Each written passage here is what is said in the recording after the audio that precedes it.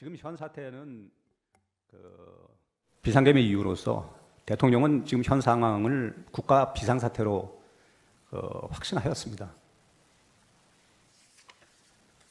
그리고 본인의 비상대권이 헌법에 부여된 대통령의 비상 권한임을 갖다 알고 있었기 때문에, 그리고 그 재량 판단도 법조인이기 때문에 그 내용을 갖다 모를 수가 없습니다. 재량에 의한 판단이고, 그것은 대법원 판례가 사법적 심판의 대상이 되지 않는다고 이미 판결을 한 내용이기 때문에 충분한 검토 하에 본인의 판단에 의해 가지고 비상계엄을 선포한 것입니다. 이것이 적법인지 부적법인지 그 부분에 대해서 글쎄 국회 측에서 이렇게 판단할 수 있었을지, 이건 본인만이 판단할 수 있는 부분인데 그런 생각을 하시고서 이게 부적법하다고 그러고 이렇게 대통령을 갖다가 체포까지 하는 그런 상황이 벌어진지 잘 모르겠습니다. 자, 그래서 도대체 왜 국가 비상사태로 판단될 수밖에 없었는지 거기에 대해서 제가 말씀 빠른 속도로 드리겠습니다. 첫 번째,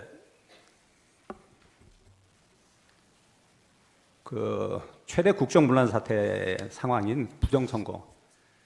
대통령은 대통령 기간 중에 부정선거에 대한 제보를 워낙 많이 받았고, 그리고 부정선거로 의심되는 부분들이 너무 많았기 때문에 민주주의의 근간을 갖다 흔드는 부정선거라는 것은 그걸 밝히는 것은, 의혹을 밝히는 건 대통령의 책무입니다. 부정선거에 대해서 확신을 갖고 있지 않다 하더라도 그 의혹을 밝히는 것은 그건 당연한 대통령의 책무입니다. 증거에 의해서 명백하게 알아야지만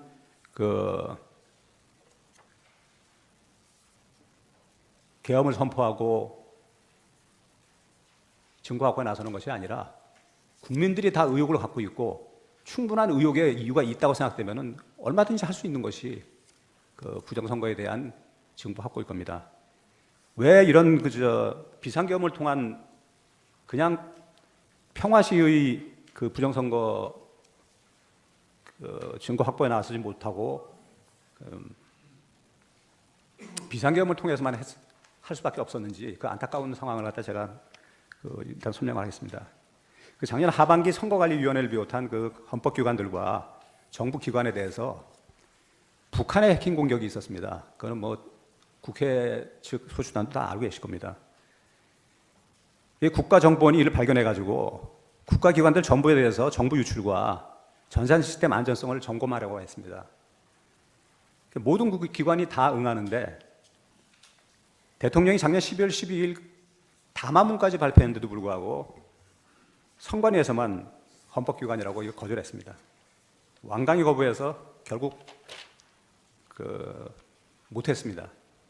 그리고 나서 선관위 대규모 채용 불법 사건이 터졌습니다. 선관위가 아마 입장이 많이 곤란했을 것입니다. 어느 국가기관에서 아버지가 있다고 애들이 그냥 다 합격하는 그런 대규모 사태가 벌어질 수가 있겠습니까?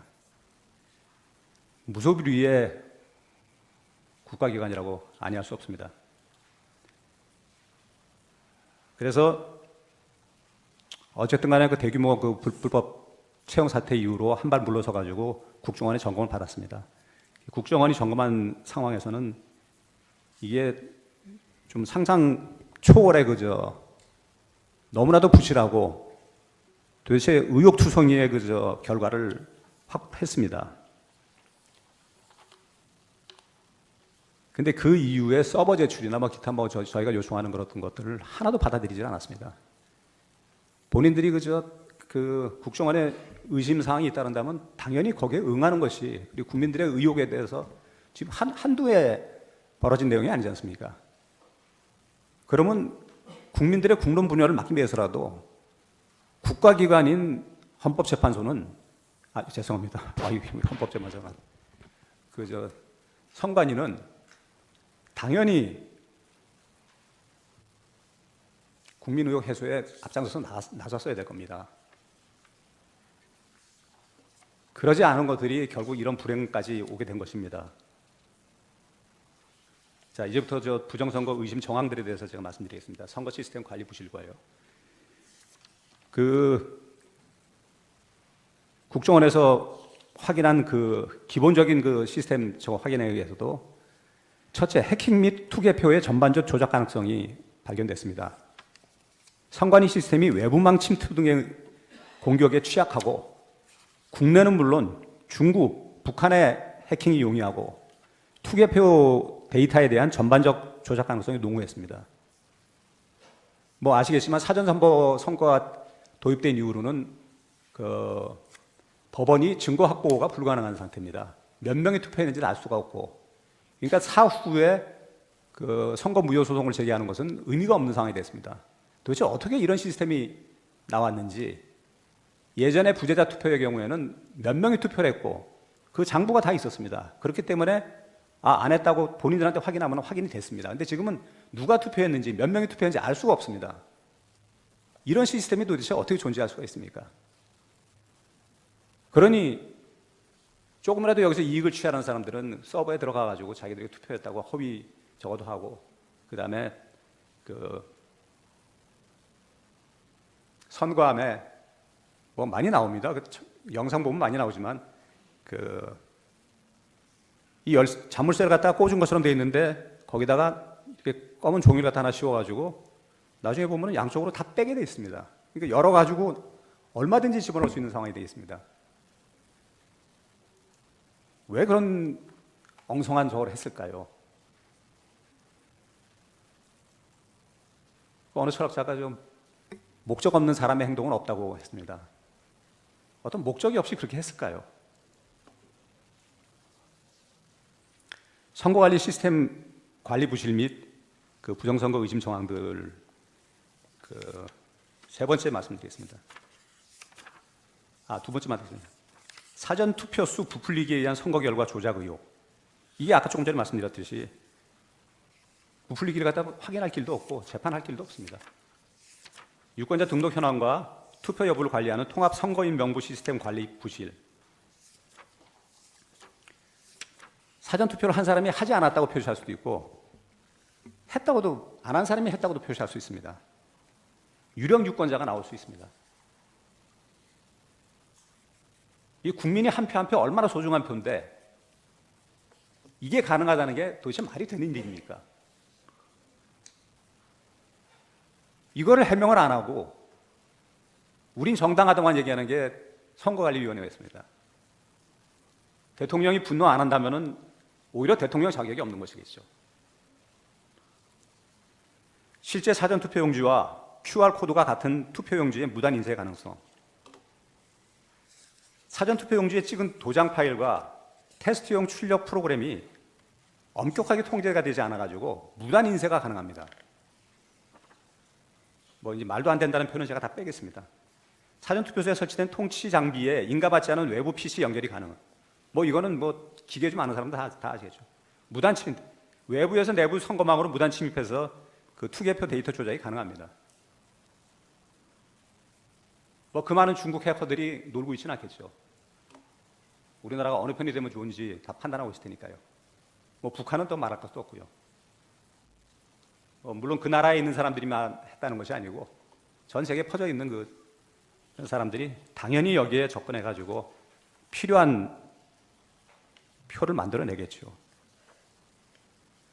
투표지 분류기 등 개표 시스템의 허점, 투표지 분리기와 개표 결과가 저장되는 개표 시스템의 보안관리 체계가 부실해 해커가 개표 결과를 얼마든지 변경할 수가 있습니다.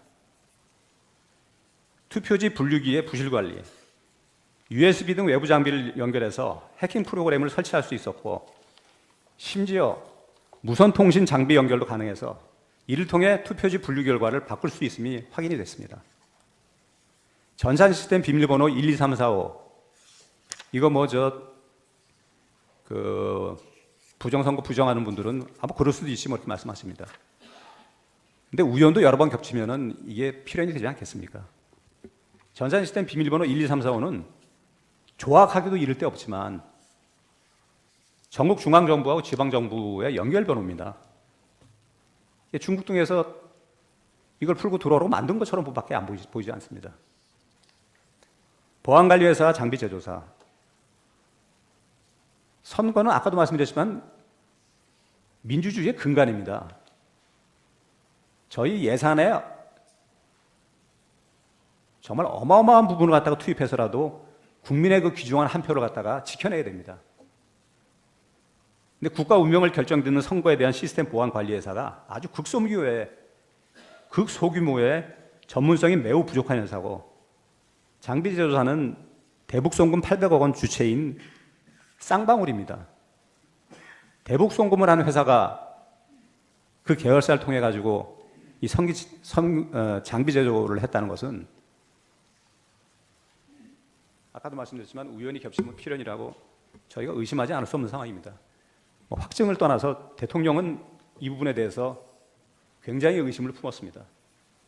그 다음에 감사원 조사 결과 지난 10년간 선관위의 절차 규정 위반이 1200건입니다. 중앙 400건, 지방 800건. 경력직 채용 사례 전수 검사 결과 친인처, 세습비리 등에 의한 100% 불법 채용이 판명됐고, 자료 은닉 및 감사 방해. 외람된 말씀이냐? 감사원 국장이 이런 기관은 처음 본다고 탄식을 했었습니다. 이 부분이 재판관님이 좀 관심 갖고 좀 보셔야 될 부분이라고 생각합니다. 저희는 이 불법 선거가 사실은 중국과 크게 관련이 있다고 생각을 합니다. 그 한국전자 투표비를 수입한 중국의 육해상 1대1로 대상 국가들이 키르기스탄, 콩고, 볼리비아, 남아공, 벨라루스, 이라크, 미얀마, 모잠비크, 남아공, 엘살바도르, 피지, 에콰도르, 필리핀, 이거보다 더 많습니다. 이 회사들의 공통점은 중국이 1대1로 대상 국가들로 해서 중국의 영향을 엄청나게 받고 있는 나라들입니다. 중국의 도움을 받고서 수출을 한 것이죠. 그 결과 키르기스탄은 국민 부정선거 시위로 대통령이 불타고 대통령이 하야했습니다. 콩고는 유혈 사태가 났고 우리 선관위에 항의를 했습니다. 어떻게 이런 걸 갖다 수출했냐고. 볼리비아는 유혈 사태 후에 대통령이 사퇴했습니다. 남아공, 벨라루스 각 유혈 사태가 났고, 이라크는 수개표와 우리가 저거 한 전자개표기가 12배 차이가 발생했습니다. 부정당선 25%가 나왔습니다. 아까 벨라루스 말씀드렸지만 벨라루스는 대통령 퇴진 운동이 아주 심하게 벌어져가지고 유혈 사태가 벌어졌습니다. 필리핀은 사형 불가 판결까지 났습니다. 이건 신문에 다 난 내용들입니다. 저희가 증거로 다 제출하겠습니다. 이건 그냥 저희 추측으로 말씀드린 게 아니고 신문이 다 공개한 내용들입니다. 부정투표 용지들의 발견, 현물을 갖다 다음에 저희가 증거 과정에서 보여드리겠습니다. 소위 말하는 일장기 투표기지, 투표 관리인 도장이 뭉그러져 있는 한 사람 한 사람의 귀중한 표를 갖다 이런 식으로 이상한 투표지에다 저거 해가지고 유효로 처리한다는 것은 투표지 두 장이 겹쳐서 인쇄된 소위 배춧잎 투표지, 접착체가 붙어있는 자석 투표지, 접힌 흔적이 전혀 없는 빳빳한 투표용지. 이거는 물리학자들도 아마 노벨상 탈 그런 종이라고 얘기를 하더라고요. 우리는 접어서 집어넣어야지만 집어넣는 것이 원래 선거 방식에 나와 있는데 이걸 갖다 그냥 펴서 넣는 게 중국하고 판이라고 하더라고요. 펴서 넣으니까 우리 거에 펴서 난 종이가 나오니까 이게 왜 펴졌냐 선관에다가 이의를 제기하니까 원상 복구 용지랍니다. 원상 복구 용지란 것은 발명된 적이 없는 종이고, 만약에 이게 발명됐으면 노벨상을 탔을 거라는 그게 과학사의 얘기입니다. 공정하고 투명한 선거는 민주주의의 핵심인데 국민들이 선거 결과를 믿지 못한다면 민주주의가 올바로 설 수 없음에도 선관위가 공개적 전면 점검을 거부하고 국민들의 부정선거 의혹을 끝없이 부풀리면서 국헌 문란을 자행하여 왔기 때문에 대통령으로서는 부정선거 의혹을 철저히 해소하기 위해서 비상계엄으로서 국회보다 더 많은 병력을 투입해서 국회에 투입한 병력보다 20, 30명을 더 투입했습니다. 사실은 이 비상계엄을 유지하려면 국회에다가 뭐 1000명, 5000명 넣었어야 되겠죠. 270명 집어넣었습니다. 그것도 총탄도 없는 군인 질서 유지하라고. 반대로 선관위에 300명을 보냈습니다. 이건 무소불위 선관위의 전산 시스템을 철저히 검수 시도해서 민주주의의 근간을 세우기 위한 어쩔 수 없는 선택이었습니다. 자, 부정선거는 여기까지 마치시고, 나중에 그저 부정선거에 대해서는 그 증거조사 결과에서 그 많은 저게 나올 것입니다. 뭐 오늘 아침 신문에도 뭐 메이저 신문사는 아니지만 그 수원